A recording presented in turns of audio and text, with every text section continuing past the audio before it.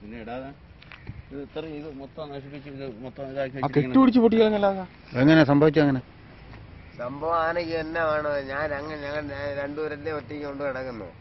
ഞങ്ങൾ രണ്ടുപേരാണ് കൊണ്ട് കിടന്നു. അവ എന്റെ മാണിക്കോട് അമ്പലത്തിന്റെ അവിടെ വെച്ച് ആനയെ തന്നിട്ട് ഞാൻ ആനയും കൊണ്ട് ഇങ്ങോട്ട് വരികയായിരുന്നു.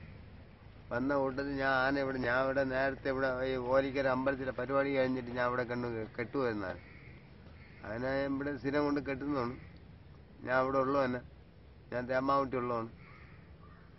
എന്നിട്ട് ഞാൻ സജീവന്റെ ഇതിനെ മുമ്പൊന്നും ഇവിടെ കൊണ്ടൊന്നും കെട്ടിയിട്ടില്ല. ഇവിടെ ഈ ആനയെ തന്നെ കൊണ്ട്.